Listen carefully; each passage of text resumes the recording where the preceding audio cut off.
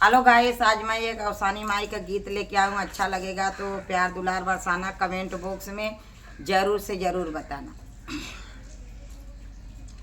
सबको सुहाग दिए जाना अवसानी मैया हमारे आंगनवा में। सबको सुहाग दिए जाना अवसानी मैया हमारे आंगनवा में। सबकी झोली भरी जाना अवसानी मैया हमारे आंगनवा में। सब कर झोली भरी जाना अवसानी मैया हमारे आंगनवा में। सिर मैया के टीका भी सोए, सिर मैया के टीका भी सोए, टीका भी सोए, संग विदिया भी सोए, टीका सोए, संग विदिया भी सोए।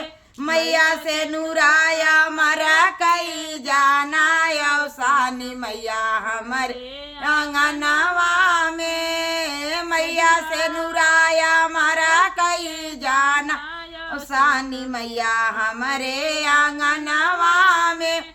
सबको सुहाग दिए जाना अवसानी मैया हमारे आंगनवा में। सबको सुहाग दिए जाना अवसानी मैया हमारे आंगनवा में। मैया के हाथों में चूड़िया सोए, मैया के हाथों में चूड़िया सोए, चूड़िया सोए, संग कंगना सोए, चूड़िया सोए, संग कंगना सोए। मैया में हदिया मरा कई जाना अवसानी मैया हमारे आंगनवा में। मैया में हदिया रखिए जाना अवसानी मैया हमारे आंगनवा में।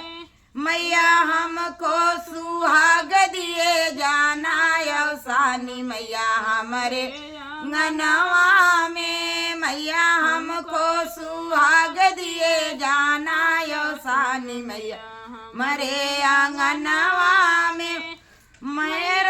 मैया के पाँव में पायल सोए, मैया के पाँव में पायल सोए, पायल सोए, संग बिछिया सोए, पायल सोए, संग बिछिया सोए। मैया महावर अमर किए जाना अवसानी मैया हमारे आंगनवा में। मैया महावर अमर किए जाना अवसानी मैया हमारे आंगनवा में। मैया को सुहाग दिए ये जाना अवसानी मैया हमारे आंगनवा में। सबको सुहाग दिए जाना अवसानी मैया हमारे आंगनवा में।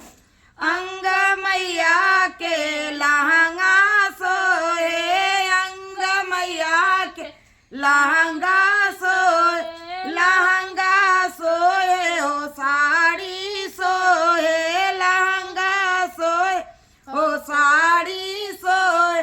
चुनरी अमर किए जाना अवसानी मैया हमारे आंगनवा में। चुनरी अमर किए जाना अवसानी मैया हमारे आंगनवा में। सबको सुहाग दिए जाना अवसानी मैया हमारे आंगनवा में। सबको सुहाग दिए जाना अवसानी मैया हमारे आंगनवा में। जय माता।